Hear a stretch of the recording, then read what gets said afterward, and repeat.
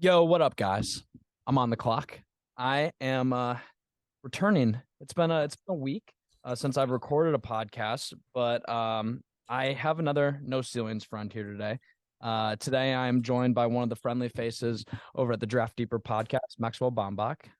Welcome, Max, and thanks for stopping by. Yeah, no problem. I'm glad to be here. I've been loving what you've been putting out for a long time. You're like a must follow guy on Twitter. Like I love the work you do, finding a lot of the under the radar guys. Like you speak my language. So glad to be here and to talk about some interesting players today. Yeah, I definitely I've said it on multiple occasions on this podcast that, I feel a good strong connection to No Ceilings guys because like you said, we kind of speak the same language. We kind of view a lot of these players through similar lenses. We kind of always have the prospect lens on these guys, even when they're, the 13-minute per game freshmen and stuff like that. So Yeah. I definitely can appreciate your guys' willingness to have these conversations. And I mean, I said it on the last pod with Metcalf that it's difficult to find people that are willing to take the time out of their day, to talk prospects that maybe aren't the flashiest conversations, the most exciting, people that you feel like for sure are going to get their name called in the draft. And I mean, I've definitely had a lot of cancellations lately, and it's been kind of rough. I really, really wanted this War Room series to be kind of something that was a ton of collaborations, and it's just turned into like 90% of a No Ceilings like fan. Hey, we're here for it. Yeah, So yeah, that's no, the good thing about there being 45 of us working for the yeah, site. No, I'm kidding. There's a ton of us, but that's one of the positives of it. yeah, So yeah, no. I felt bad because I wasn't a cancellation, but I was a pushback. I did have to change the date You're a on. pushback, I felt bad and about it, that's but fine. I mean, we all have priorities, and I mean, we'll mhm. probably chat a little bit about some of that stuff after, and kind of the Yeah, yeah, opportunities yeah. that come and go, in the Mhm. basketball space. But it's always good to kind of just sit down, and it's been a while for me personally, like since I've sat and done one of these. Like the one I recorded with Matt Mhm. Cap was like on January 22nd, so it's been Oh like, man, yeah. 10 days of no podcast for Mhm. me. So I'm ready. We have kind of a special group of guys here that I would consider. I think this is definitely leaning on this very sleeper end of the series so far. We have a lot of Mhm. guys in here that maybe are not on your radar at all. I mean, there is a very possibility that none of the players we talk about on this could be on somebody who's listening's radar, which is perfect because I Yeah. put them there. I mean, we Mhm. have a lot of talented basketball players, and I just kind of want to get right into it. Few people are as pure of a hooper as I would say, really in the country is Tucker DeVries, the Mhm. sophomore guard, as I call him for Drake. I mean, just kind of getting into the numbers. I mean, around 19 points per game. My stats are through 22 games. Just kind of Mhm. everything's a little hit and miss. I take everything from Bartovic and Synergy and a little bit of ESPN stuff, but they could be a or two off. But the 19 points per game, 6 rebounds, 2 assists, positive assist to turnover ratio. I mean, incredible volume shooting from deep and really just shooting in general. Somebody that at the beginning of the year I was a little hesitant on. I just didn't really see a world where this kid all of a sudden is making so many of these shots that he's a shot maker and a shot taker. Yeah. He's more of a shot taker in my opinion last year. I thought that he Mhm. showed a lot of signs of confidence, just having the ball in his hands, and generally that's what's going to happen when you play for somebody who's your dad. But Yeah. so you can we've seen him miraculously turn himself into probably one of the best one-on-one, shot makers in my opinion in the country. Um, so I'm gonna kind of open up the floor to you, and then we'll just get into a little dialogue and work our way through our list here. What are your thoughts on Tucker DeVries for Drake? I'm a huge Chuck DeVries guy. Like I liked him a lot coming into the year.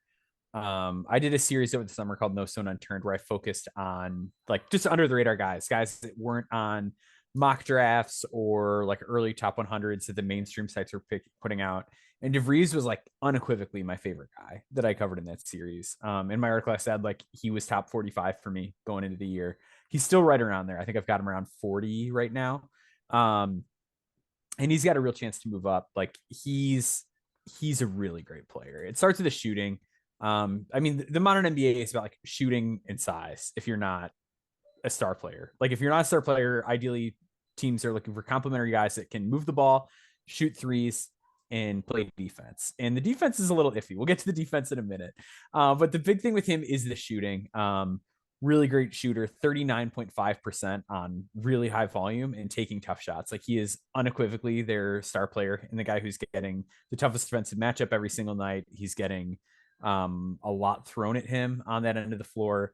Last year, he was around, I think, like 34% on pretty similar volume, but he was one of those guys where you watch the tape and he was pulling up from long range. He was taking shots off of movement, and like, he just needed an efficiency uptick. It was like basically what I read about him then. Like, he just needs the efficiency to get a little bit better, and he's going to be there. We've seen that. The other thing with him, you mentioned like the positive assist to turnover ratio. He is a really savvy playmaker. And I think like the assist numbers kind of understate what he can do on that end right now. Like, he is outstanding in the pick and roll, plays really low to the ground with his dribble, sees the floor, can use his length to pass over guys. Just a really heady, smart player. Takes care of the ball. And then, yeah, so like that like on the offensive end is the big stuff. He can pass, he can shoot. He's kind of tough too. Like, he can drive and like he'll beast a smaller player and get to a spot. Defensively, so where do you sit with him defensively? Like, how do you feel about it? Because that's like I think where people vary with him. Like, the people that are like, oh, like the defense is fine, love him, and the people that are like, I'm out on the defense completely, are people that think he should go back or isn't like a top 60 guy. So I'm never been a person to advocate for synergy defensive statistics. I just think Yeah. really, really hit or miss. And when synergy does grade somebody positively who is generally talked about as a negative defender, I always do a little bit more homework, and that's kind of the case with DeVries. They grade him out in like the 94th percentile off-screen defense, 83rd percentile isolation, and when you go and look at it, I mean, he's not terrible at the point of attack. I just think he's got slow feet, and I mean, Yeah. I don't think that having slow feet has ever. I think it stopped people from maybe becoming superstars or like game breakers, Mm-hmm. but I don't think having a slow first step laterally is going to turn you into complete liability when you have kind of the frame that he does. And ideally, he's not going to be guarding ones or twos. I mean, Mm-hmm. really, you're hoping that you can play him at kind of a big kind of guard wing role at the three and just have him guard a 3 or 4, and kind of Yeah. take on those easy, not easy matchups, but take on the matchups where he doesn't really have to worry about getting blown by. He can just close out regularly and really hone in on focusing at that point of attack defense when a guy's attacking, the closeout or getting a good contest. I just, in the modern NBA, there's so many players that you play with at a given time that are just absolute, out of the world athletes. That Mm-hmm. when you stick a guy like DeVries on the court with, it's kind of similar to the Jet Howard thing, where if maybe he doesn't have the mentality to be a great defender, and maybe there is some concerns like for Jet, some people are concerned just kind of about the mobility stuff. Similar thing, foot speed, just and then again effort. Oh, just willingness Mm-hmm. to play defense. And like, I don't think the willingness to play defense is a problem with DeVries. I think that he's actually really locked in on that end. I I just, agree. I Yeah. just, I think it's a matter of, just kind of a lot of people judge defense by one-on-one. Oh, can he guard? How is he going to be able to guard a guy like LeBron or da da da da da? It's like, Mm-hmm. it's just not like that. That's not how the game works every possession. There's a lot of interchangeability positionally, especially in the modern NBA. And you talked about a lot of things. And I'll kind of move into an area where I think, there's a conversation there that he could be a really, really uniquely utilized player at the next level. Oh, 100%. When you look at it, Yeah. the way that the Grizzlies utilize a guy like Jake LaRavia, I mean, Tucker's a little bit more of a guardy offensive version than LaRavia. I think he does. Mm-hmm. Yeah, he's smaller too. Has a little bit more wiggle. I think that he just has a little bit more dexterity, like get into the basket. He can kind of manipulate his shots a little bit more, as LaRavia was more of a little stiff. But that's where I think that there's, the upside with DeVries. I think if you can get a guy that comes in and can really score at all three levels, like really can score at all three levels. You talked about his ability to pass the ball. I think that's huge. That's a huge thing. He takes great care of the ball. I think that if you're putting him in spots where he's, posting up smaller guards and able to make reads out of the high post or stuff like that, like these are all wrinkles in your offense. And then he can do everything that to check boxes. Like he can hit, catch and shoot threes at a very, very high rate. He can pull up and create his Yeah. own shot in transition. I mean, there was a period in time at the beginning of the year where he was just simply shooting better than, almost anybody else on earth. Mm-hmm. I mean, I caught up like a minute and a half like mixtape of it, of just some of the shots that he just has the confidence to get into are kind of scary. It's very like Curry like for college. You know what I mean? He kind of sees like nobody can really guard me. And I like that. I like that mentality. I think it speaks well to the type of player that he believes that he can be.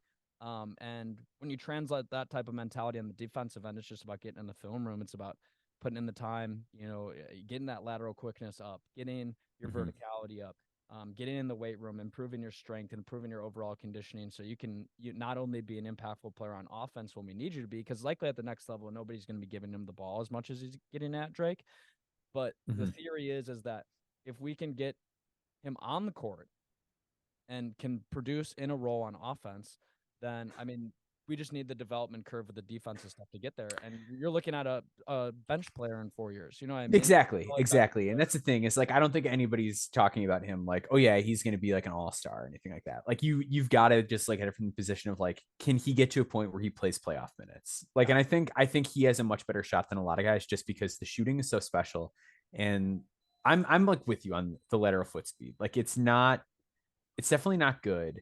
And to your point, like, yeah, it's not a thing that drives people out of the league unless they can't do other stuff. Like a bad lateral first step can be the end of you, like if you can't shoot and you can't do other stuff too. But like I think he is going to bring enough that like there are slow-footed guys that get playoff minutes every year. And I think people talk about Joe Ingles is like one of the most sought after veterans in the league every single year. And like even a guy like Kam Johnson, like isn't the most like fleet of foot laterally. And like there are guys, I think we get too narrow about what playing in the playoffs means at times, because like Dallas played Boban in the playoffs and went to his zone.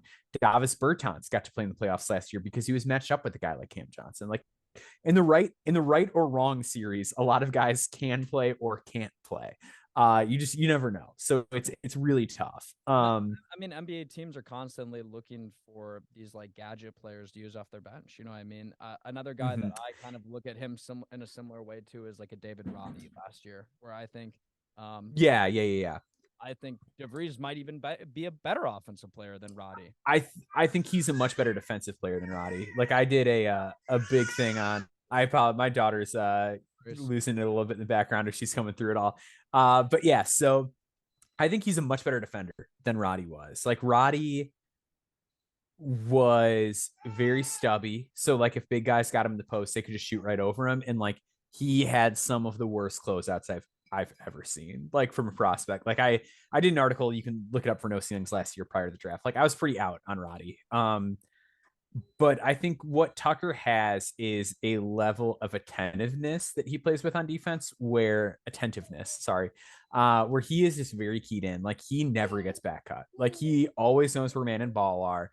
He knows how to anticipate. He can get into position, not quickly, but he knows where to be, and like he can get there in time because he sees the game and reads the game at a really fast pace and at a high level. So like I think there are pros to his defense that get overlooked because people are just like, oh, slow foot speed.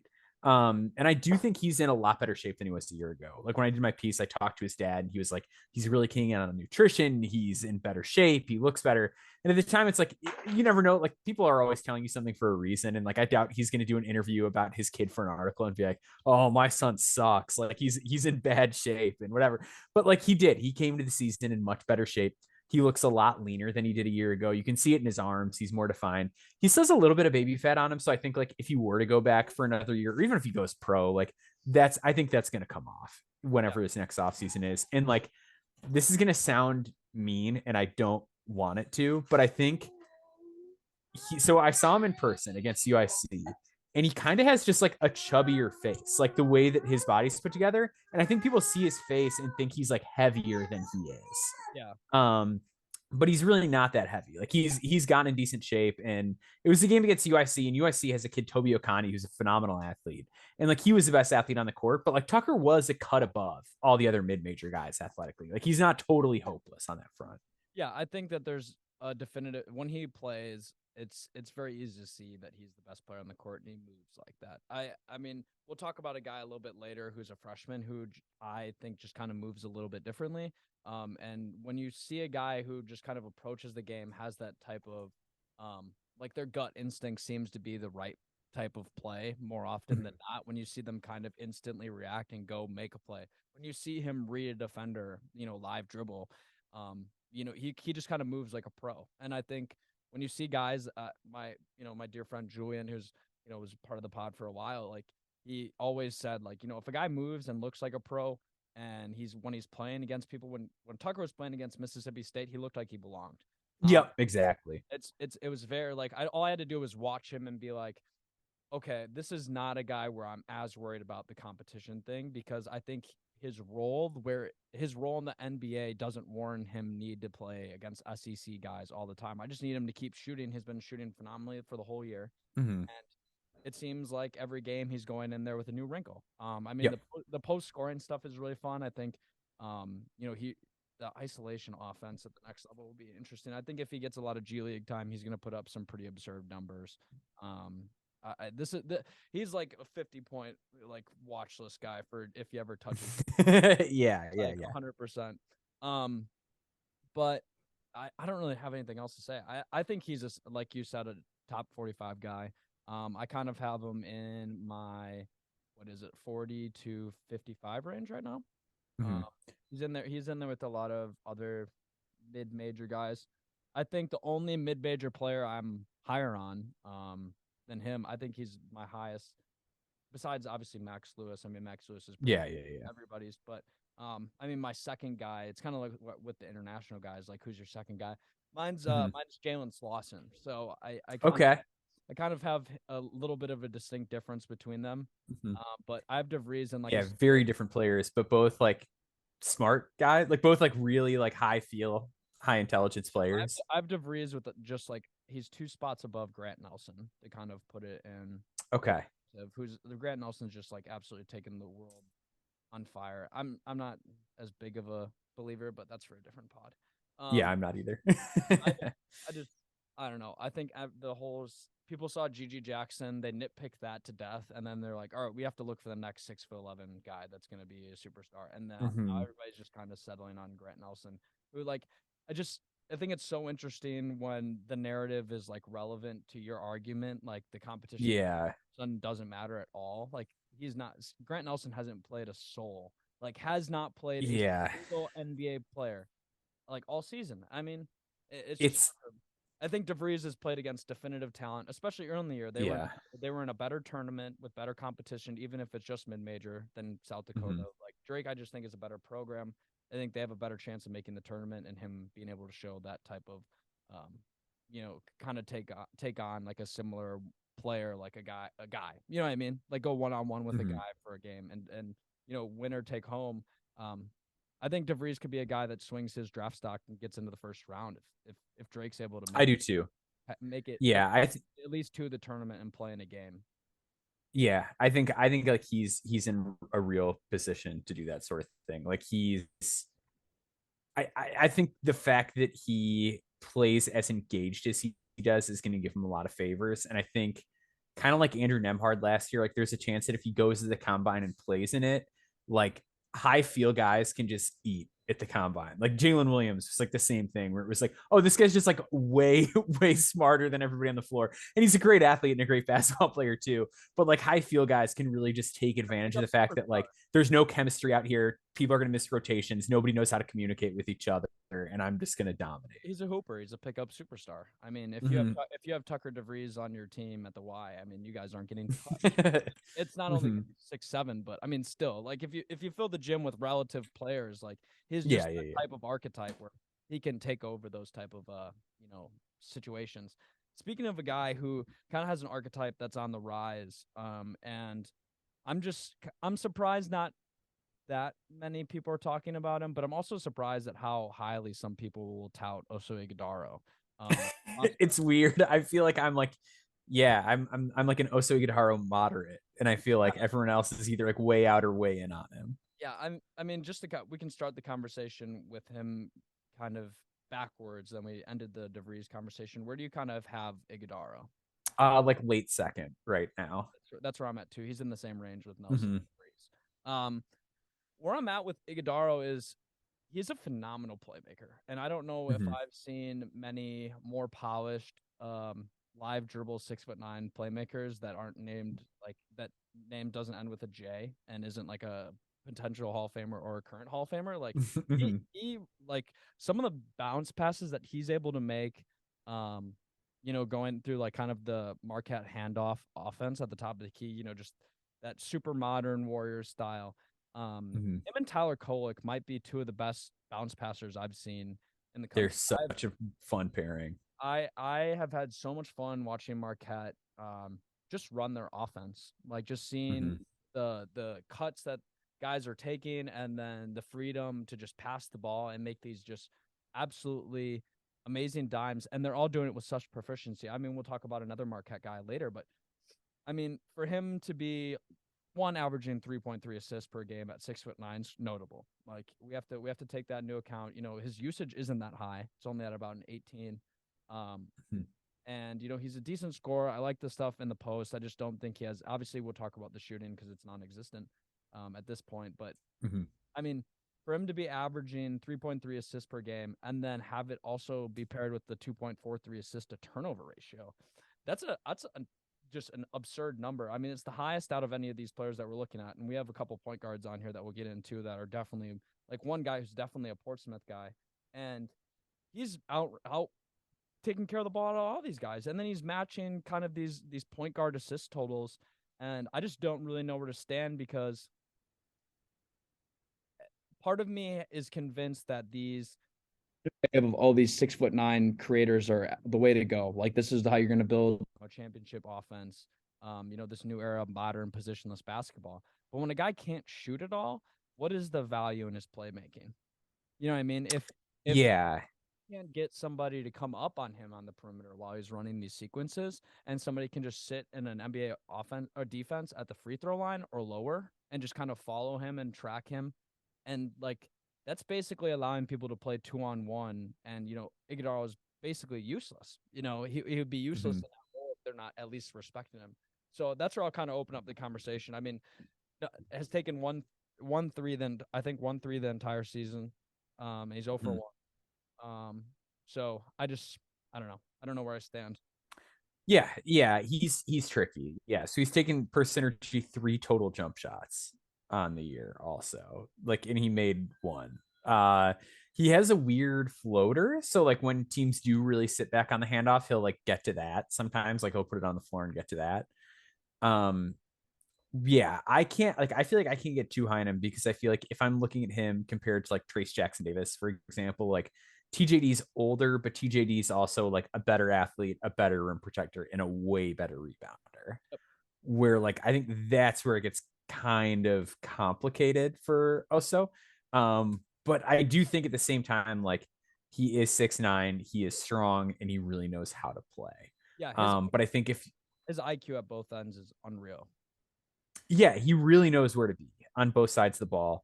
I love how he can like just sneak passes into cutters, and then defensively too, like he can hold up well on the perimeter. He can protect the rim a little bit. It feels like his shot blocking has gotten better as the year has gone along too. Like I don't remember him being as high of a block number guy as he is right now, but then like the last couple of games I've watched, like he's done a better job with those things.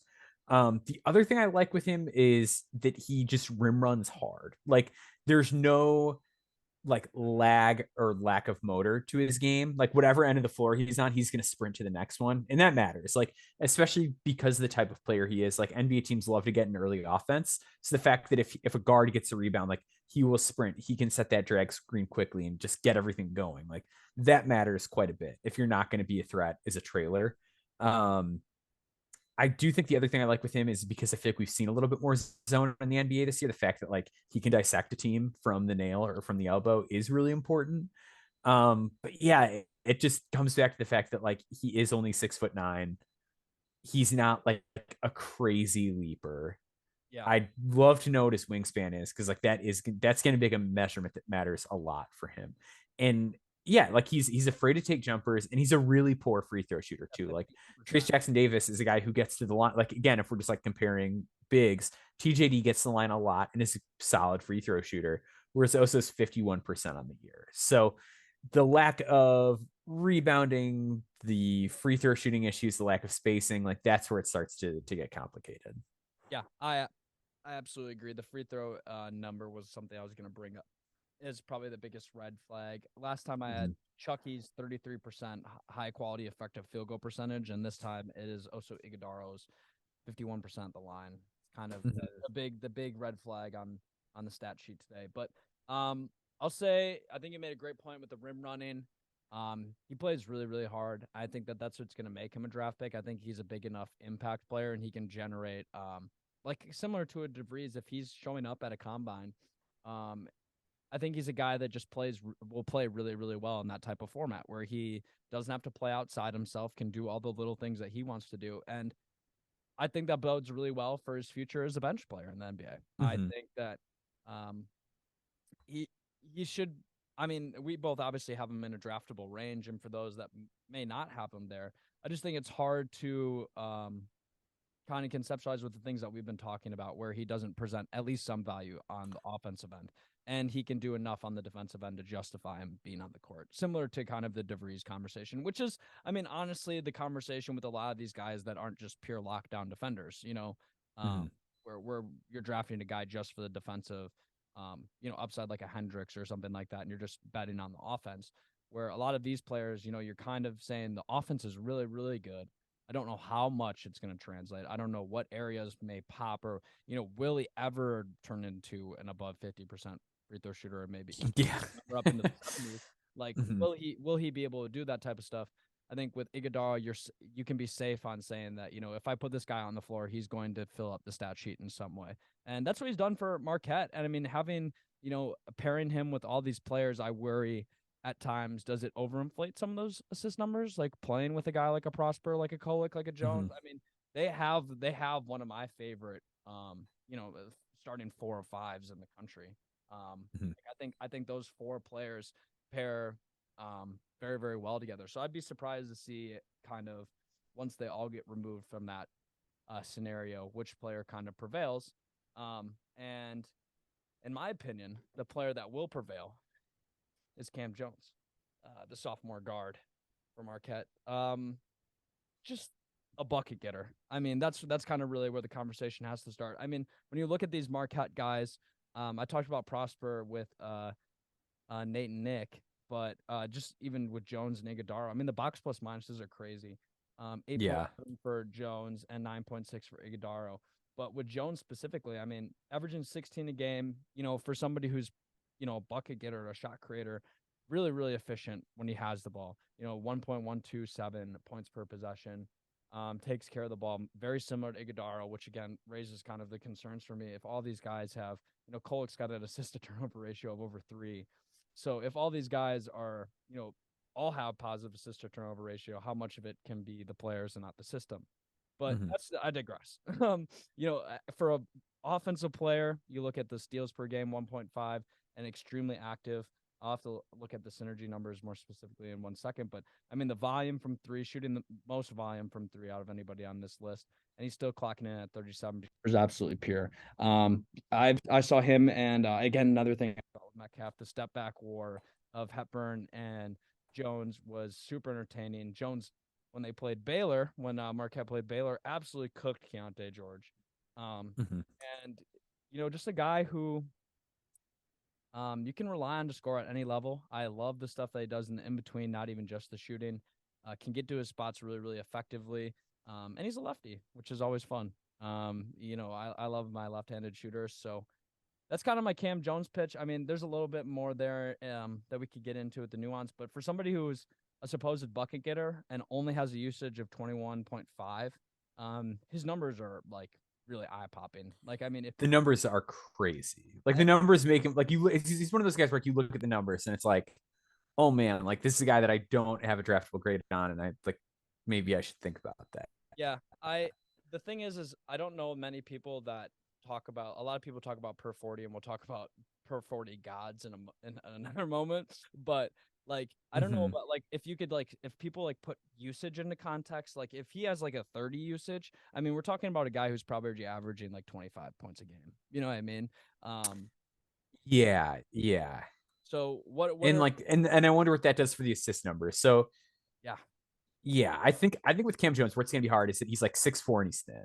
So you're looking at him basically. I feel like teams, if you're under 6'5", they want you to be like a point guard now.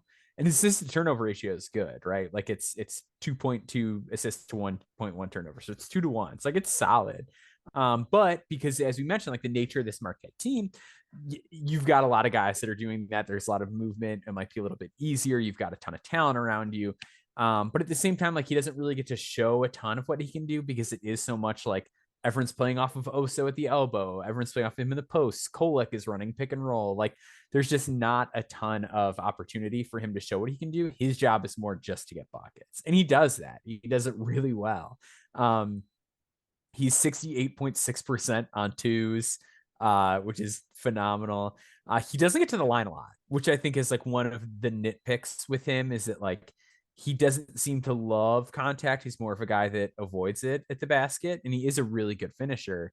Um, but it's a little odd, and it's just one of those things where it's like, well, how well is that going to translate? Because his first step and everything is good, but I don't think it's like exceptional. Like I don't know that he's going to get to the rim the same way he does in college. He's already not like a crazy rim pressure He's guy. another one of those guys that could be fearful of the line just for the inability of like consistency. I think that he knows that he's more consistent getting buckets in his unconventional ways with the footwork. With he does he's one of those players a lot where when he gets into the lane, kind of does that little circle dribble where he'll kind of go underneath the basket, Mm-hmm. kind of figure out, okay, when I come back around, where's the defense at? Where's the help defense at? Mm-hmm. I kick out, or can I use my footwork that is polished? Like, I mean, he's another one of these guards.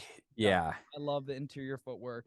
Someone The just spin move that he has is like nasty. One of the best spin moves in college basketball. and it's just so fun to watch. He's easily been one of my favorite players in the country, and just not a lot of people I get to talk to about Kam Jones because I mean, he Mm-hmm. sophomore guards, and like you said, you got to be kind of 6'5" in today's NBA. But um, I he unlike Cohill, who always seems like he's much bigger than he is. Unfortunately, Jones just kind of feels smaller than 6'4" when He he's, does, yeah. and I think that that's going to be something that comes back to bite him. On the defensive end, he's great though. I mean, he takes on a lot of these matchups with the primary, creator on the other side. Was at the beginning of the year, I know Keontae wasn't taking on quite the role that he has been lately, but he was still, clamping up. I mean, there was a lot of times where he was pressuring some of those Baylor guards who really like to, create that space and get downhill, kind of create mismatches going toward the hoop, late rotation, stuff like that. He held them in a very contained space, which is something that you just don't see as often from, guards that are outside of the Big 12 against Baylor. They kind of normally have their way against everybody that's out of conference. So I enjoyed that. I enjoy just kind of his overall mentality. I think that he's a guy that you don't really have to ask him to play hard, very similar to Ighodaro. Yep. Um, and that's just something that I always look for. Like you said, exceptional finishing inside for a guard. I mean, the fact that he's shooting 74% at the rim is pretty impeccable. Mm-hmm. And like in synergy is only expecting him to get 1.05 points per shot, and he's 1.49 points per shot at the rim, which I mean, it's just such consistency. Phenomenal. And it's And so much the way he does it is cool too, because it's a lot of like body control, contorting, and things like that. Like at the same time, like I wish he would embrace contact more, but I also like I don't know, the fact that he is able to hit such tough shots at the basket is hard to quibble with. Like it's just hard to be like, oh yeah, this guy has the ability to go up against big athletic rim protectors and move around them in a way that still gets the ball in the hoop. Like how mad can you be? something that kind of pops to me that I didn't really notice before. It's kind of intriguing how he draws more fouls on his high quality field goals than he does on his low quality, where he may be surrounded by better defense. Only has a 2.6 shooting foul percentage on low quality shots and has a 12.1 Mm-hmm. high quality, which is just kind of interesting. I think it speaks to, again, the kind of just fearing contact a little bit, and I think maybe he just doesn't want to go the line. And some players like just know that they can get the jumper, that they don't really need to can kind of get that in between, don't really need to go in and force that contact. But it's good to see, like when guys get themselves a line early in games, it's often an indicator My favorite player is Devin Booker, and I've always noticed, I don't know if there's stats around it, but I've always noticed that Booker, I can tell in the first quarter if Booker's going to have a bad game or not. And it's normally, when he's got his head down, he's going to the basket first. It's not when his first shot's a pull up three or like something that's really easy that he could have gotten a better look. I'm normally like, I don't know, this isn't going to be a good night. Yeah. But like when players and Jones is one of those guys that when he seems like that lights clicked on, very tough to stop. So I feel like we kind of pontificated enough on that conversation, but it's very hard for me to look at him and kind of put a draft value on him. I kind of have him outside of my 60 right now, but he is not far outside. I kind of have him in a similar spot to guys like Tafave Leonard Jr. Just kind of like trying to figure out where they could sneak in. Maybe it's not a matter of them doing anything better. Maybe it's about somebody else kind of falling, which is kind of how I feel about Jones. For sure, another G League guy, though. I mean, he's another 50, yeah, he's going to play professionally at some level. 50 point watch list again here for the G League on Kam Jones. Speaking of guys that really should just kind of get a lot more conversation, much similar to Jones. One of the best players in the country. I mean, if you're talking just college basketball, one of the best players in the country this season, and I mean, if you've paid attention really the last 2 years, is Jake Stevens for now Chattanooga, formerly VMI. I mean, this is a 7-footer with a legit jump shot. And I mean, I'd say jump shot. I understand that people, when they think, oh, jump shot, so he can shoot. No, I mean, like, he doesn't shoot a set shot. Like, he shoots a jump shot. Like yeah, he shoots like a guard. Gets off the ground, looks like a forward, looks like almost like a Kevin Durant shooting. And his just overall offensive game is quite bewildering. And then when you look at his rim protection ability on the other end, I don't know where the conversation kind of begins and where it ends with Stevens. The numbers are crazy. I mean, I'll just kind of go. They're ridiculous. Yeah. These are the best numbers in college basketball. You won't find a more efficient and more impactful player. 11.6 for box plus minus. 22 points per game, 1.144 points per possession, 9.5 boards, 3.4 assists, 2.3 blocks, half a steal, assist to turnover ratio of 1.18, effective field goal percentage of 60.9, 41.9% from three on 9.3 attempts for 100 possessions. The true shooting percentage, obviously there, 65.8, 84.5 from the line. So obviously doesn't have any trouble shooting the free throw. And when you look at kind of the shot making stuff, typically when you're looking at some of these big men, we'll talk about, Clingan later on. But when you're looking at some of these big men that are, really, really true 7-footers that you can look at them and say, okay, maybe your shot selection is probably mostly inside. And if you can shoot it, then you're not really having any in between. His shot quality is actually is going to be an outlier. I'm confident it's going to be an outlier compared to a lot of these centers that I've looked at throughout this war room process. At a 1.02, kind of how I infer that is that he takes a very, very diverse shot diet. Like a lot, like he gets the shots that he can take, doesn't play outside himself quite like, a Cohill or somebody like that also on this list, or like a DeVries, who has a lower shot quality, but he's also still contributing. Like his output is just as high as somebody like a Clingan, where he's got 1.25 points per shot. The high quality effective field goal percentage is at 70.1.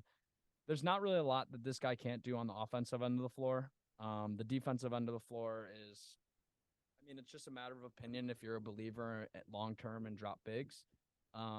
Because I mean, in my opinion, this is probably one of those guys that look at Brook Lopez and kind of what Brook Lopez's impact had. Like what he does is just hitting shots, hitting the trail three, and just being a reliable inside option who can come out, set screens for you, rescreen, maybe catch the ball in the high post, make an easy read.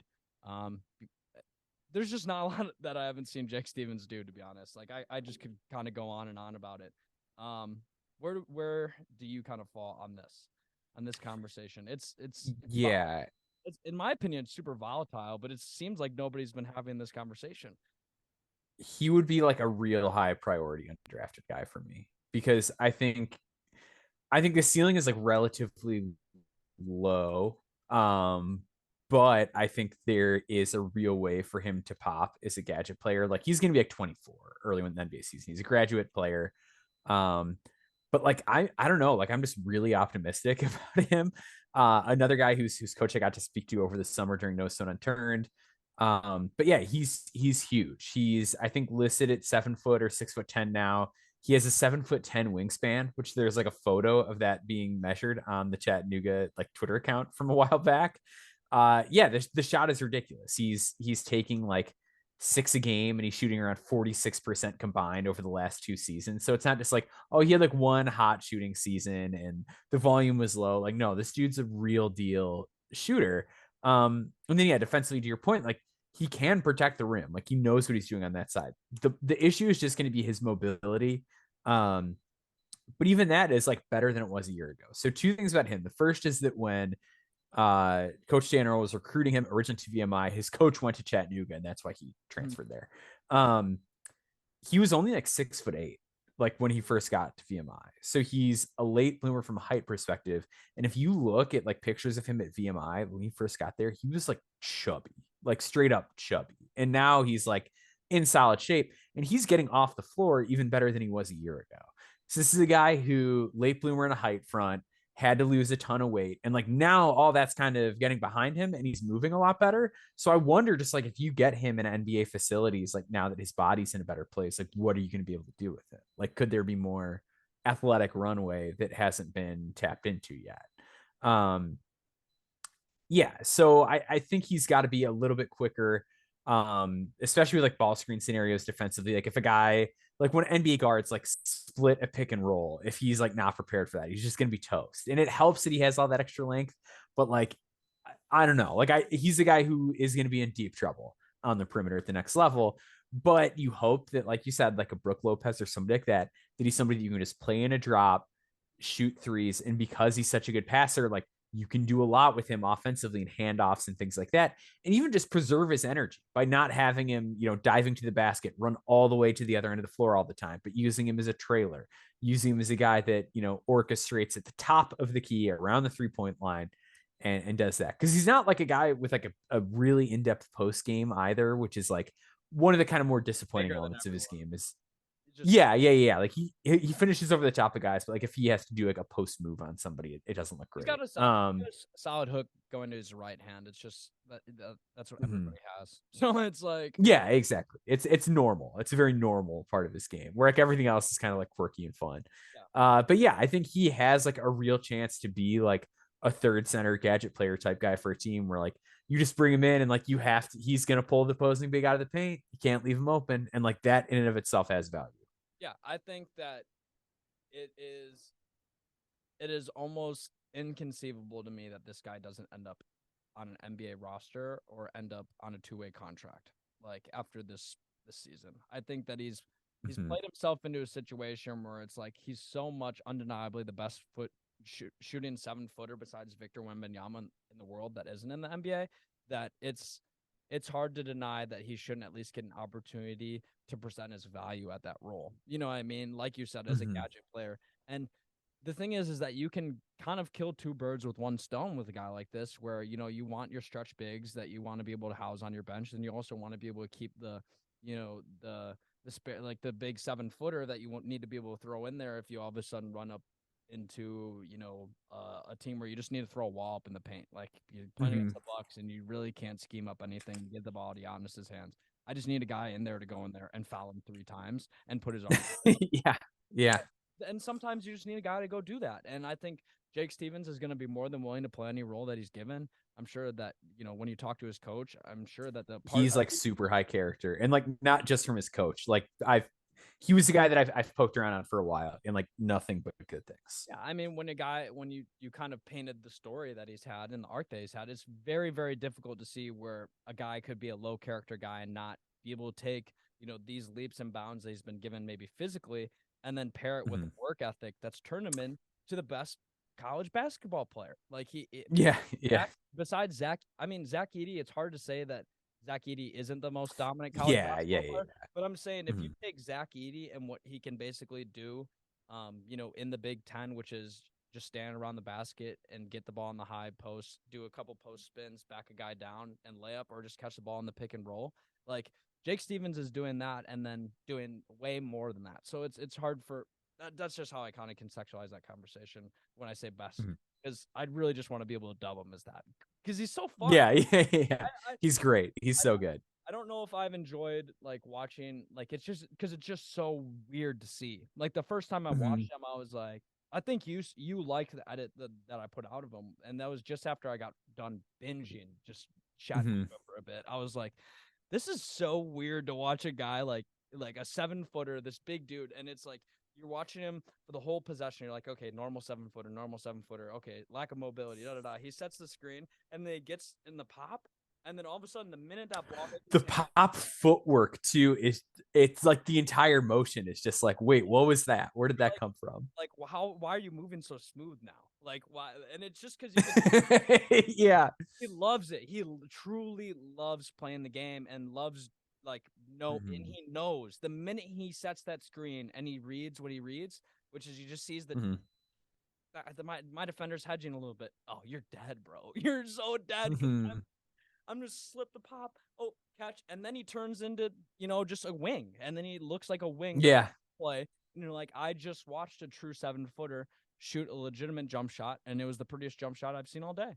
And it's like, just you don't get to do that very often. So I think he's so under discussed. And I think it hurts that like he's always been like I shouldn't say always, like the last 2 seasons, he's been a guy that comes up on a lot of like Bartorvik searches and stuff like that. And he used to be a lot less mobile than he is now, like period, point blank. And I think people saw a guy who like could barely jump and were just like not interested. And it's like, well, you got to keep watching. Guys grow. Just this whole draft space is always so context based. Like people are just always not taking the step further that they should. And the people that do take the step further, like yourself and me, we when we go in and the two smartest best guys. When we go in and look at these guys, I mean, it's important that you check back in on these players. Like, I mean, we'll talk about next kind of pivoting the conversation, a guy like Donovan Clingan, who, this may not be his year, but when you talk about these per 40-minute numbers, it's pretty hard to see how it couldn't be a year where this guy gets drafted in the second round or a late first round flyer with how Walker Kessler's playing.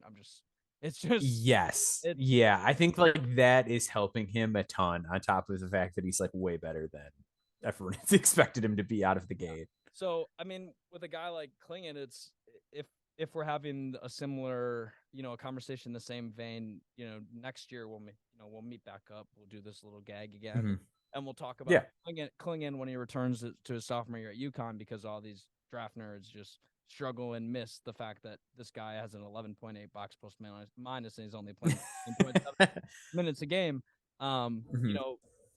With Clingan, it's all about the film again. But I mean, it's a different thing from Stevens, where it's like when you watch the guy move on defense, you don't feel like you're watching a guy who's 7'2" until you see him put his hands on the ball and move people. Yeah. He doesn't move like a typical 7'2" player. The foot speed is, it's, again, he's huge, like absolutely massive, but he doesn't have the foot speed problem of a guy like Edey on the defensive end, where I am terrified to put Edey in a pick and roll coverage when I don't have significant help defense behind him. With Clingan, I just feel like I can stick him in the middle of an NBA defense tomorrow, and I'm not really like that worried about it. Every night. I mean, he's going to get cooked once in a while. Defensive end is always something that you got to kind of take your bumps and bruises at the next level. But it seems like this guy is really, really confident about his game and plays really, really within himself. And then on the offensive end, and then once he gets on defense, he kind of just knows that because he's so big, he can really impact every single play. And, in the 13.7 minutes per game that he plays for one of the best teams in the country, in UConn, even though they've faltered since their crazy start, but their defense is so phenomenal. And when you're able to throw in a guy like Clingan in there for a veteran like Sanogo, and they don't lose a step, in fact, sometimes they even get better. It speaks a lot to your just overall ability, your awareness, and your IQ when your team does not lose a step defensively when they take out their most veteran player. Yeah, I think he's just really, really smart. Like I think the feel is off the charts with him. He's obviously like a ridiculous finisher on offense, and like that's kind of all he is offensively. And I don't think that is like I don't think that kills him the way people on like draft Twitter think it does. Because like again, like look at Walker Kessler. Like I So overthought Walker Kessler last year because I was like, oh, all he does is dunk. Like there's no passing to him. He can't shoot, whatever. And it's like that's like you can still carve out a very good role. Like and at the end of the day, like even if you're not like the guy I want on the court in the final 5 minutes of a playoff game, like if you can play playoff minutes, that's still way more valuable than being a guy who does not play in the NBA. And if so, at a certain point, if you think a guy's going to play in the NBA, you should probably just take him. yeah, And with Clingan, yeah, like the defensive awareness is great, and he's another guy who just got into way better shape. Like when I watched the high school film of him, I just honestly did not spend a ton of time on it. Like I watched it and I was like, he's in horrible shape. Like he's just too big. Like it's gonna be a while. I'll circle back in a couple of years once he kind of gets his feet under him. I honestly like watching the high school film, I was like, I wouldn't be shocked if he kind of throws like a red shirt on it. And it's just like, hey, get in shape for a year. This blew me away. I was not he's still prepared for him to 265, be right? We don't think he's 260. that's no, I think he's probably yeah. I would estimate he's probably heavier. Is that kind of the way that you're thinking? Yeah, I think that he's probably a little bit heavier than 265, but I mean, like Yeah. that's what they have him listed that at on ESPN, but he just doesn't move like somebody like that. Like I said, I just I Again, yeah, the feet are really good. And the fact that he's so quick to recognize things does him a ton of favors too. get off the And I ground. think just like more time. Yes, yeah. And I think that once he's in like even better shape than he is now, because he still has like a bit of a runway there, like I like it's scary. It's scary to think about like what he could be if it like, as he continues to just like develop his body. Yeah, I think that Free throw percentage too. oh the free throw percentage is terrible. Mhm. Again, there's another guy that it's a similar to the Ighodaro thing. I don't think I'll ever really turn into a shooter, but where you can separate him from the Ighodaro discussion is the fact that he's so big, and that when Ighodaro you look Mhm. at Ighodaro, you say maybe I'd like him to probably rebound a lot better. With Clingan, you don't really have to worry about that per 40 minutes. He's averaging Oh, 20 rebounds a game. I mean, I just want to go through the per 40 minutes uh numbers for a second. It's like he's averaging 24 points per game, 18 rebounds, and 6.1 blocks per 40. yeah. The only thing that goes against him though is he's also averaging 6.1 fouls per 40 minutes, which to me that is more a function of role than anything. Because I saw somebody the other day being like, oh, he fouls too much. It's like I think he does, but I think he also fouls a lot because he knows I'm playing for 14 minutes. Yeah. I think he knows like it's all right. I'm better off being like overly aggressive than less aggressive because I'm probably not playing a whole lot. Yeah, exactly. And I think you know what guys and you know and me and you are more familiar with these conversations that kind of revolve around guys who aren't the 25 plus minutes. But like when you're trying to contextualize a guy's like production in the amount of time he's playing, you have to look at the things that he does in that period of time that are so like beyond like your expectations. You know what I mean for a player in that like amount of minutes. And I'd say that is just overall activity, like just on the floor for 14 minutes provides a full game impact. You know what I mean? Like the number literally speaks Mm-hmm. itself. He has the highest box plus minus of any player that we're talking about on here, higher than Jake Stevens, who is definitively Yeah. college basketball. So it's like, I don't know. I'm just, I have him in the second round. I have him in the same group as Ighodaro and DeVries and kind of all these. And Stevens is the one that's outlier so far. And Jones is out of my top 60, but he jumped into my top like 55 after some of his early like high block performances in like 9 minutes of the game, and I was like, what the heck, bro? And then I saw him Yeah. catch a couple lobs, and I'm like, this kid, if he, like you said, if he can, he's got a little bit of a way to go physically, very similar to kind of a lot of these guys that we talked about. There needs to be some sort of thing to swing right for them. And I think for him, the thing that needs to swing right is he just needs to get the look. Like he just needs to get that opportunity, I think. Similar to Stevens, where it's about like he can do all these things that present value right now on an NBA team. It's just a matter of, can he get in the locker room? Can he get in the weight room with these guys and work on his body? Can he get in the film room and start learning the game at a different level? Start learning, how does this role that he has that's so clear cut, like it is so clear cut. You're a ring running, rim protecting big man. And that's not a hard translation to the league. You know what I mean? Like it's really just fine tuning the small things and figuring out, what is your physical limitations and how can we improve some of those areas. And I don't think his foot speed's really a problem. Like I'm not scared at him, kind of showing a little bit in a pick and roll, whereas a guy like Stevens is purely a drop big. You know what I mean? Like I'm confident. I'm confident in Clingan's confidence to that, whatever. Bad grammar, bad journalism, but who cares? I'm confident in his ability to like maintain that motor and make like on the fly decisions on defense. You know what I mean?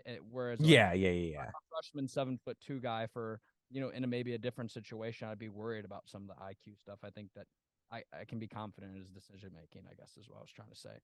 Another guy who I think we can be pretty confident in his decision making, and I think that he's somebody that will steadily climb into a lot more draft conversations than he's in right now, is Dwayne Cohill for Youngstown State. In my opinion, he's in that group of one of the best senior guards in the country. And I kind of mentioned before that he plays much bigger than 6'2". He feels like a 6'5" guard. I think he's probably got really, really long arms, and he's got a really sturdy frame. This is a guy whose jump shot I'm really, really in love with. I have quite a big crush on just the way that he can shoot the ball and how pretty it looks when it goes through the net. And the defensive stuff's there. He's a hound on that end of the floor, takes great care of the ball, really runs the show for Youngstown State. And I mean, similar to the DeVries discussion, it kind of like starts and begins with what's the competition look like. And for him, I just think every time he steps on the court so far this season, he's looked like definitively the best player that's playing. And I think when you see a guy like that, I just want to see him in Portsmouth so bad, like right now. Like I do too. Yeah. End of the season, now I say I want to stack up all these other senior guards, the Chase DJs, the Tristan Newtons. I want to get all these Chase Adias. Yeah. I want to get all these 6'4", 6'5" rangy guards into one room, and I want them all to just battle it out and go to war. And I feel like Dwayne Cohill could be the guy that comes out on top. I think out of the three guys that I named it, just there at least, I do too. All three of them can clamp. All three of them can create their own shot, and all three of them can initiate an offense. But I think out of the three of them, Dwayne Cohill is by far the best isolation and just system scorer out of any of those guys. I was looking at some of the spot up stats. It's pretty unbelievable. I mean, there's the classic LeBron possessions in NBA where LeBron kind of, when the shot clock's winding down, doesn't want to mess up his field goal percentage when he's having a really good game and would just kick the ball. Yeah. Do a terrible shot. Like, I mean, it was Taylor Horton-Tucker for the longest time. I mean, Taylor Horton-Tucker's like 3-point percentage is got to be like, they have to like put an asterisk on it and be like, these amount of shots were taken off a pass by LeBron in the last 3 seconds of a shot clock. With Dwayne Cohill, you don't have a problem with kicking him the ball. I think that he'd be a great guy to pair with LeBron, because I was looking at some, Synergy. I always got to look at Synergy's new stats. And I was looking at his stats when the shot clock's under 4. It's pretty absurd. Like his shot making ability, just like his confidence, just get off a quick shot. I think, when you're looking at a guy, how can they translate right now to the NBA?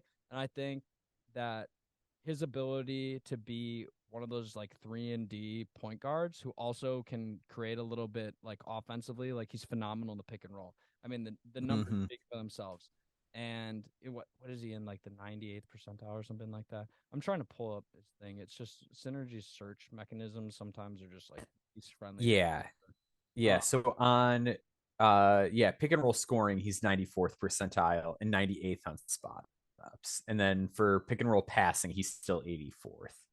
Yeah. I look at kind of the shot quality stuff, and I was watching. I picked one thing to watch for him today. I was watching a little bit last week, but I've had a busy week. School just started. My semester just kicking into gear. But one of the things that I decided to watch was kind of his what's his demeanor when the defense is really attacking and kind of locking in on him, especially in the pick and roll. And even though he drops to the 58th percentile when the defense commits, it is notable to say that like he consistently creates good shot opportunities for other people when he's passing. Like Yeah. he's not the type of guy who, when he got on these mid-major teams and they kind of get trapped in isolation, they're like, well, I'm the best player on this team. Nobody else can really score like me, so I'm just going to kind of toss it to whoever. You know what I mean? When he gets in those situations, you can see he's very, very attentive at still trying to find the right basket and the right shot to be taken. His own shot quality, is at 0.91. And that's relatively high, much higher than I thought it was going to be by looking at his shots. I think it kind of speaks to, just the consistency of that shot making and the consistency of getting to those shots. And then when he also can do it in the pick and roll, he kind of delivers that same, like, even though, it's not always the flashiest pass but it is the right play. And that's why that's why I appreciate a little bit today. It was not a lot of turnovers with this guy. Like, you're just not going to see him really make poor decisions. I'd like to see, I know he's a phenomenal athlete, but I just feel like he could be a more impactful player in transition. I just feel like he's not as aggressive as he could. I agree. Yeah. I think he's I think he's a powerful athlete. Like, I think that he's got some real pop inside the paint, especially when he's able to get 2 feet in there. It's very rare that he's not finishing over or through somebody. And I mean, he's great from the free throw line, 86.7%. So I think it's just a matter of consistency. Is he going to be able to shoot like this for the rest of his career? Because I mean, Synergy, the points per shot is 1.22, and like their shot making rating on him is a 0.031, which is exceptional. The high quality shot effective field goal percentage is at 60.6. I just think he just doesn't get a lot of the greatest quality shots. And like I was saying before, I don't think it's really his fault. I just think it's more the system that he's playing in. They kind of just roll the ball and play at times at Youngstown State. And it has its like redeeming qualities because you get to see him kind of have these kind of takeover moments where he gets into these really, really nifty step back threes. And he kind of gets that takeover look in his eye. And that's fun. It's just like, it's not what I'm expecting to see his role be at the next level. So I just will be curious to see what's the longevity on the catch and shoot jumper. I mean, is he always going to be a guy that's shooting it around 50% when he's open? Or is that going to kind of dip? Because, I mean, if he's going to be somebody that I'm relying on as, a 3-and-D point guard, most of his shots I'm going to want are going to come up from, at least from 3, are going to be coming off the catch. So I think he's done a great job of it this year. I haven't looked much at the numbers last year, and I know that he was good, but I just don't think it was as absurd as this season's been. This is your guy, so I kind of talked from yeah, no, you're good. Yeah, much longer than I like to, but I mean, this is one that I'm really, really happy that you brought to the table. I'd heard the name, just didn't know the game, and I'm glad I know the game now. Yeah, he's real good. I'd heard some real good buzz on him preseason.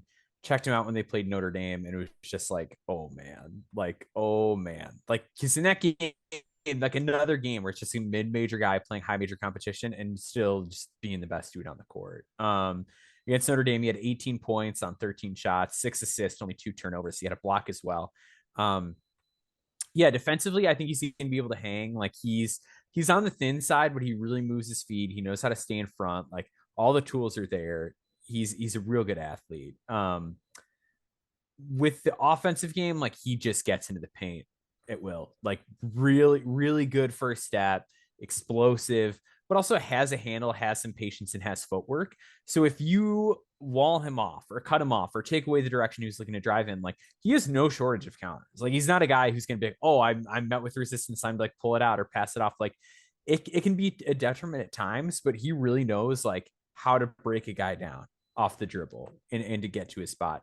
Up until recently, like his finishing, I'm going to say fallen off, but he's still like scoring 63.8% of his shots at the rim. He was scoring like 1.5 points per possession at the rim until like 2 weeks ago. Really and like he's on a bit of a cold streak.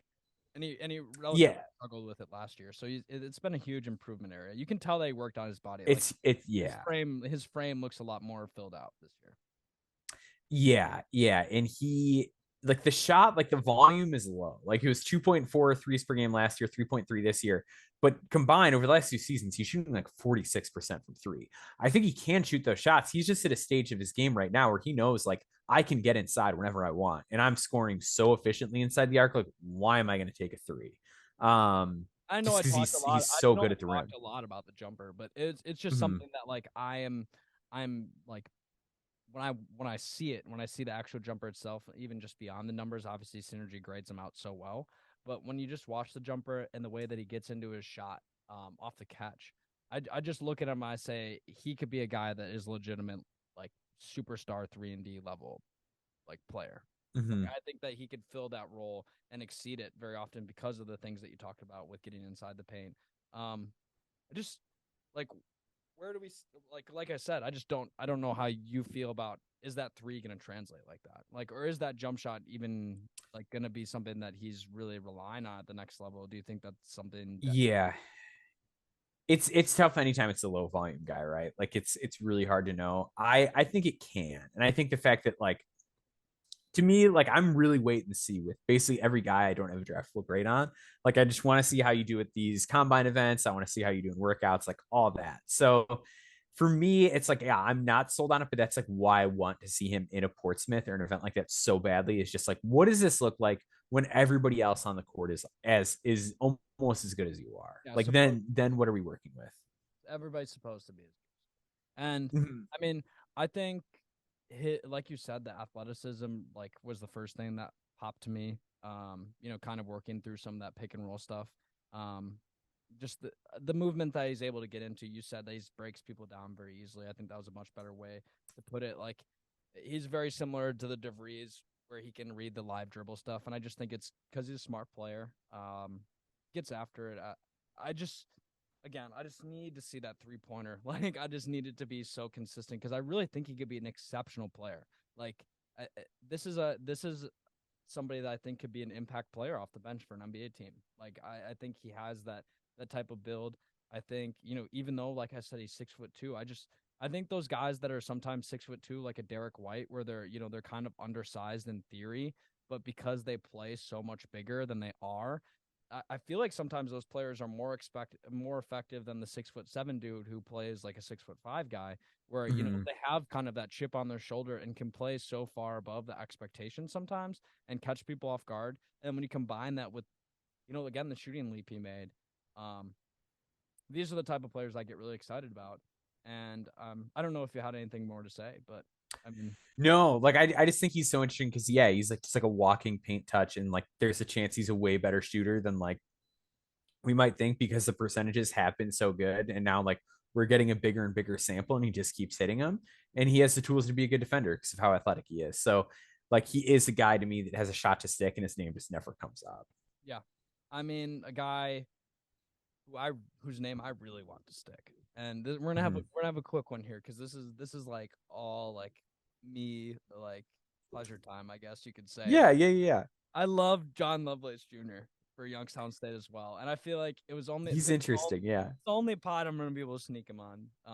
And for sure.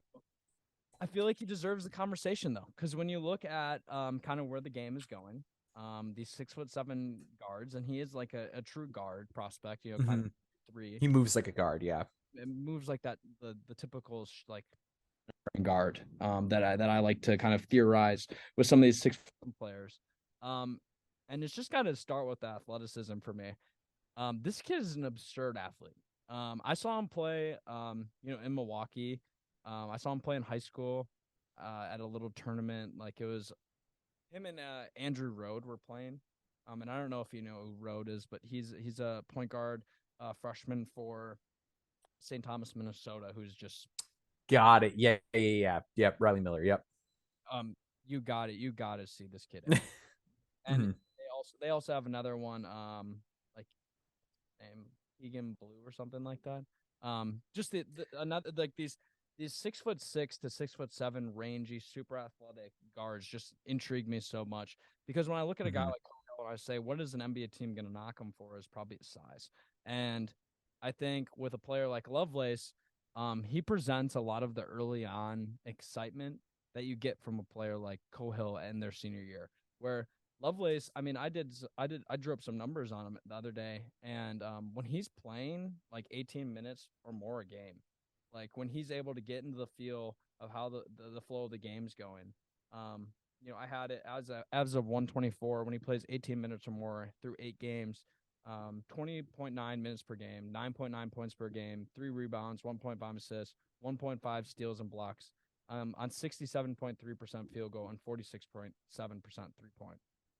When he's able to get the shot diet that he needs to get himself going and kind of gets his true feel for the game going, he's another one of those guys where the film looks very game breaky. Kind of the chase down blocks, his ability to get out and transition, just the pure 2-foot dunking ability. Like, I mean, I think there's very few freshmen in college that probably have, the 2-foot leaping ability that Lovelace Jr. has. And then when you talk about just kind of his game as a whole, I mean, when you want to maybe look for things to nitpick and say, yes, it's obviously low volume, -1 box plus minus doesn't look great. Only 4.4 points per game. But you look at the advanced statistics, let's do a little digging, 1.109 points per possession. Okay, well, that's not that inefficient. 1.45 assist to turnover ratio. I mean, if the time that he's getting in the game, he's likely probably number one. He's most of the time a number one scoring option in these late games or early in the second half with some of these units. And he's like grading out in the 94th percentile on offense. His shot quality and his shot diet's been really, really healthy. Like he creates really, really easy looks and can be a knockdown, like catch and shooter. He had a couple games this year where he just kind of caught fire. I mean, only 9 for 23, but I mean, most of those makes are across like 3 games. So obviously the sample size is extremely low, and he's not as much of an analytics darling as a guy like a Cedric Coward, who I brought up with Nate and Nick. But again, another guy where I look at him and I'm not hard pressed to believe that if he was playing at maybe a different program and he's kind of had this same output at a similar level, maybe just, you move him up maybe from, a lower major conference to, a more true mid-major conference. Like, let's say we put him in the West Coast Conference. Let's say we throw him on St. Mary's. And, he's putting up these numbers, or he's playing alongside a guy like Aiden Mahaney, who's another freshman guard that's just happened. Yep. Real good player. Yep. You haven't. I mean, when you look at him in like different contexts, it's hard not to see like the skill set, the raw skill set without any volume is so enticing that this guy's got to play at a better school next year. Like, for me, when I see these players that are especially like as physically gifted as a Lovelace Jr., it kind of like, I just get super like anxious almost. Like, I'm like, oh my gosh, like I just really, really wish I could see this guy, at like a Notre Dame, or I wish I could see this guy transfer to a different school and play in a situation where he can just go up against more consistent competition. But when he steps out on the court, and we talked about Cohill's game against Notre Dame. I mean, Lovelace Jr. got some major playing time at the end of that game. And I mean, if you want to talk about kind of relative competition, he's playing against freshmen that, are bench players, and he's a freshman bench player, but, ACC versus, Horizon. And it's like, he can compete and get after it. And I love seeing these guys with these competitive spirits. And, what this kind of podcast series that I've wanted for is to be able to sit here and say, like, this is a guy, this is a name, and I really, really want to see him at another school.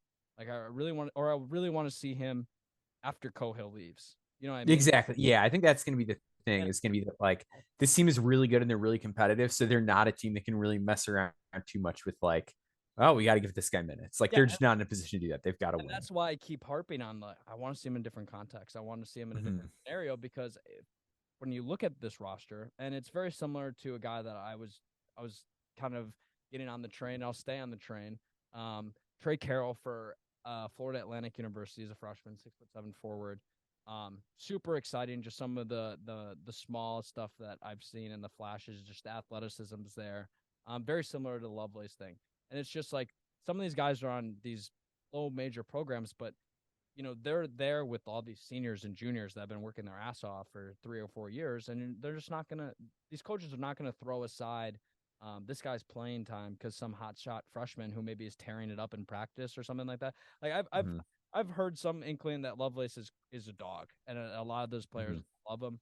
Like I just a little bit of the digging on Twitter and stuff like that, kind of searching through conversation strings, and it just sounds like this guy is a player who we might probably need to watch out for next year, especially Mm-hmm. when he gets those type of opportunity, like when a guy like a Cohill leaves. Um, Yep. it's just it's worth the time to note. And I don't know if you got the chance to watch Lovelace at all, but Yeah, he's solid. Like yeah, I'm in a similar position to you where like I want to see what's next for him. He's a guy I'm gonna like go out of my way to check out if he gets off to a good start next year. It's just, like I said, it's just tough because he doesn't get a lot of time right now, and like there's some games where he just doesn't see the floor a ton. But he's a real good athlete, and like the shooting splits are solid. Like the fact that he can shoot, he gets after it defensively. He has like, especially for that conference, like a lot of size and athleticism. Like there's definitely a big runway heading into next year, even if he stays put. yeah, I mean he's very similar to Devin Austin for Princeton as well. I'm name dropping a lot of these guys. I hope somebody out there's got a notebook, but Devin Austin for Princeton, 6'6" guard, kind of similar situation, just like surrounded by upperclassmen guard talent that are kind of on that similar tier of athleticism, can't really warrant separating the playing time, and it's just one of those situations. I think this next guy will kind of pivot to a little bit, hopefully, more lasting conversation around a freshman. But Nigel Burris is a guy that I've had kind of on my radar for the entire season for Idaho. Mm-hmm. 6'8" forward with a really good frame. I'm pretty sure off the top of my head. Let's test my eidetic memory here, Max. I think he's Mm-hmm. 225, 215, Yeah, 220. he was like 220. Yeah, I think he's like 222 on the dot or something like that. Like, so yeah, right, just about spot 222 on on. the dot from San Francisco, a Cali boy. But when I look at he's another one where it's like you could be really fooled by the advanced statistics to believe that he's a really, really good player. And then when you actually watch the film, it might even make you think that he's a little bit better than the stats show. For him, it's a little bit better volume than Lovelace. He's got a little bit bigger role on the Idaho team. He kind of just Mm-hmm. he's very similar to the role that Hendricks plays on UCF, where he kind of just is like the wing defender that they kind of just let switch on everybody on the perimeter, and he'll kind of hop in the paint when he wants to, and kind of block shots as he pleases. A lot of his stuff on offense is kind of spot up. When you have a mismatch, work your way into an isolation, kind of find your spots. The mid-range jumper has been something that has come along with Burris. I mean, he started the year shooting about 50% from three, and obviously that's kind of teetered off. And the volume isn't crazy, but he's still shooting around 50% from three, 26 for 63 on the season. That's at least the numbers I have. And then looking at some of the other numbers, like the impact statistics, if you don't even want to try and talk about like the scoring or like what his value could be as a spot up shooter, I mean, this is a guy who absolutely is one of my favorite players to watch go chase after offensive rebounds.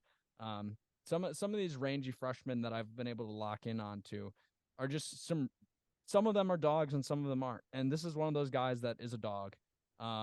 He just his way to navigate like box outs is really fun. He just kind of reaches over people, like just kind of gets like a one hand little like he has such long arms. Another guy that got to see the wingspan. It's going to be a need.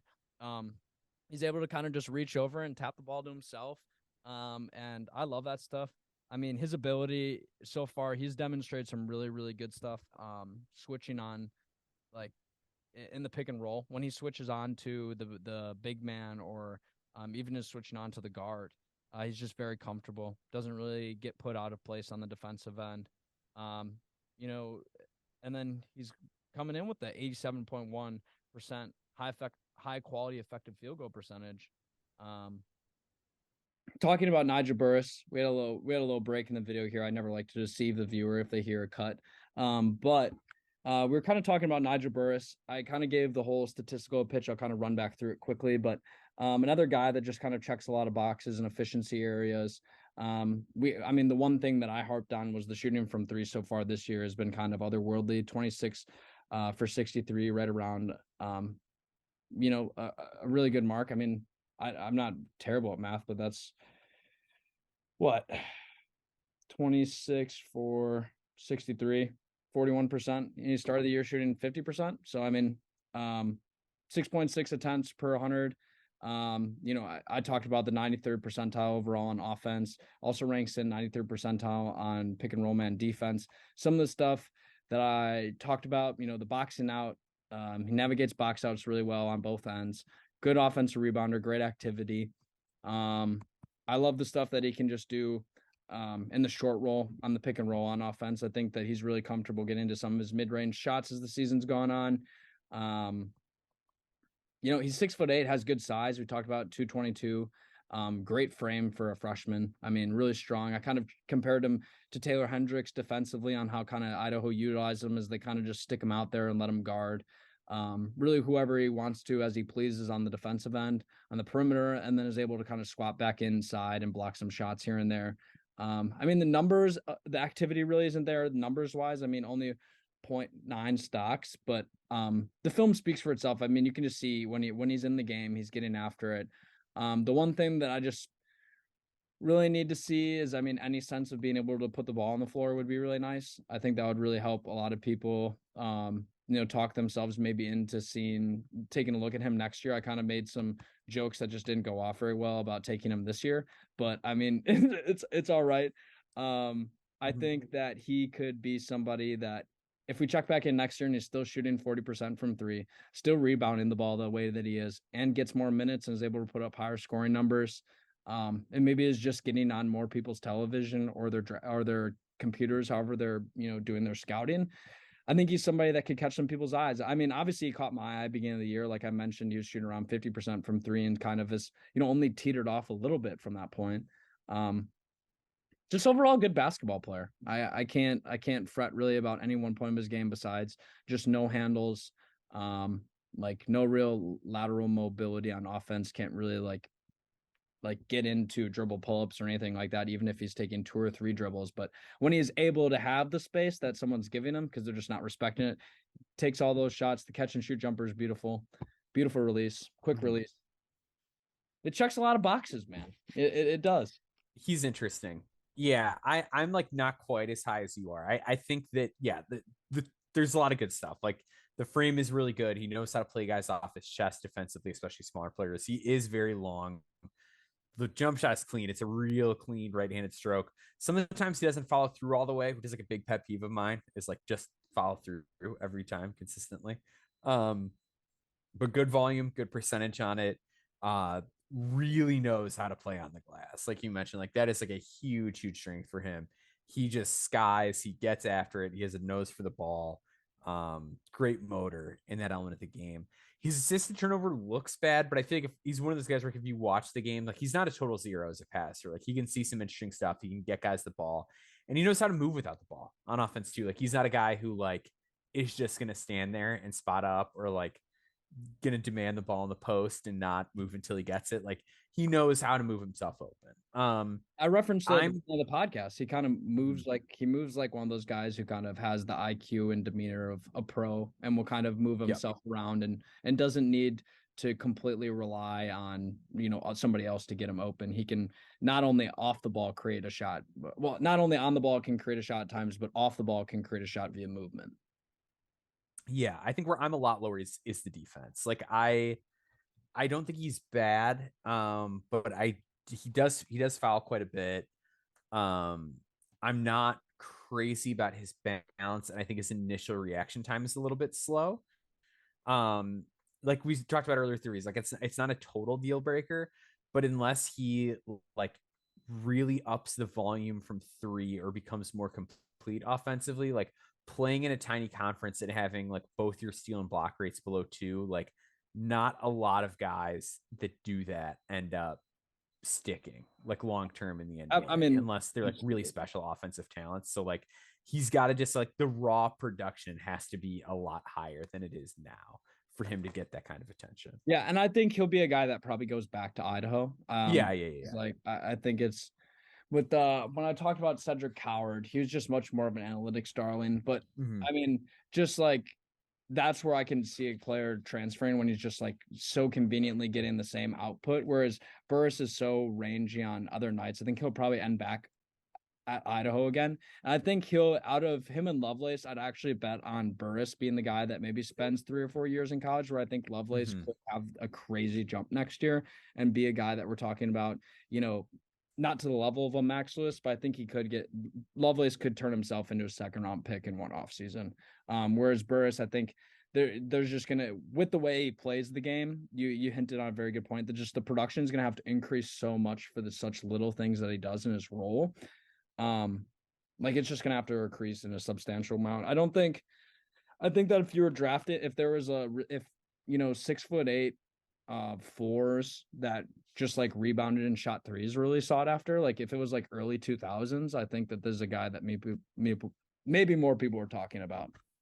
But I think in the era that's moving towards more your threes being those 6'8" guys who can kind of do everything and then also shoot the ball still, just don't think he's going to be able to translate it. But I wanted to include him because I think he's a really good player, and he could be somebody that I think we'll probably talk about him at some point in the future. Maybe not me and you per se, but I think his name will be a conversation as a guy who's a Euro player. I think he'll be a longtime Euro pro. Just the way he shoots the ball is really fun. The physical tools can really trick you at times with him, but again, I appreciate the conversation. I think that out of the two, I felt like I was really worried that you were going to like Lovelace a lot less than you did. And I thought you were maybe going to like Burris a little more, but no, I like Lovelace a lot. Lovelace is just he's just very interesting. You just don't tend to see guys like that in smaller conferences, especially not at Youngstown State. When I saw him, I was like, I saw him in high school. I saw him at that tournament against Rhode. He was playing with another group of guys. Brookfield Central was the weird. Let me just talk about Wisconsin high school basketball for a second. Let's let people wait and kind of bask in this.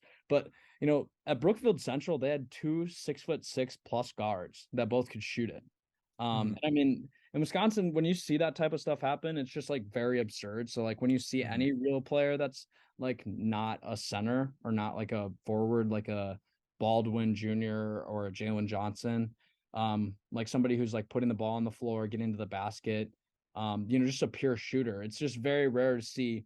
And I think Lovelace really walks a fine line in between those, where I just really haven't seen a player that is from Milwaukee really play with kind of just the ferocity that he does, and then also have kind of the athletic skill to back it up. He legitimately plays like a guard. And I think he's made major leaps as a shooter. His shot, Max, when I tell you his shot looked horrid in high school, it was horrid. It was just very slingshotty. He was just kind of hoping it went in. I could just tell that I never saw him play an actual organized game. I just saw him play to a tournament. So it seemed like his shot diet was very poor for most of his development, and the leaps that he made in this last year really just recircled my attention back on. And it was I mean, I think that he's worth talking about on this podcast with you, and I think it's just going to be on my radar. I think he's going to probably be in my preseason top 100 for next year. All right. Just cause I mean, bro, that some of his instincts on defense, I just don't see a lot of guards that can chase down the ball like he can, and then have the length to back it up. He's truly a hound, gets after it. And I think Burris is in the same way, but just isn't as gifted as Lovelace is. So I appreciate you bearing with me through those conversations. Yeah, no worries. I had a blast, man. I love talking about these kind of guys. This is always fascinating to me. To talk about these guys on the fringe and what their range of outcomes could be and where they're headed. Well, I mean, the range of outcomes for any player is so interesting. I just feel when you can place it in even broader sense, this guy actually has no business being talked about in some of the breadth that we're talking about these players. But at the same time, how can we talk ourselves maybe into that conversation? So it's always fun. It's what's drafting deeper is all about. You know what I mean? Exactly. Yeah. It's thinking deeper than just the guys that are, in your top 60. So again, appreciate the time. This has been probably one of the better ones. I think, the sleeper mentality of it really fits the nature of the podcast. So if you have anything to plug, Max, I mean, the floor is all yours. Yeah. Awesome. Yeah. Follow me on Twitter at Boundboards is my handle. It's at BAUM, then the word boards. Did a real fun column this week on Mike Miles at TCU to kind of stick with the sleeper theme. And then next week, I'm gonna reveal this one here. Ooh. big column this week. So you know how people are like, oh yeah, Scoot Henderson, like best prospect since Derrick Rose. I went back into the Derrick Rose film, and we are doing a Scoot Henderson versus Derrick Rose prospect Wow. breakdown to Wow. determine I if love Scoot it. Henderson is actually, in fact, a better prospect than Derrick Rose. So I've been knee deep in 2008 Memphis basketball film. I love it. It's been a blast. So I'm really excited to unleash that one. I'm very much of the John Wall convo with the Scoot thing. I think he gives me very John Wally vibes. So I'll be excited to read that. I mean, I'm not a big Mike Miles guy, so I'll probably stay away from the Miles column. That's maybe fair. maybe I need to read it. Maybe you should. He's very interesting. Yeah, I just TCU. They're just an interesting team to watch as a whole. They're so up and down, but they've been really stringing together some really quality basketball lately, and Miles has been a huge part of it. It's been hard to ignore. So I mean, my Mike Miles disdain for like the last 2 months has made it really hard to keep them on the television at times. But you know, it's just whatever. Go check out the articles, guys. The links will be in the description. It's been a blast. I again appreciate the time. People stop canceling on podcasts in general. I mean, it's just not fun. So I always appreciate when people like Max take the time to, when they have so much going on in their life, when they're a father, when they have so many other opportunities to be talking about more important things, to kind of circling it back around a little on me. So I appreciate it, Max. This has been fun. I hope you No guys problem. enjoy. And we are off the clock.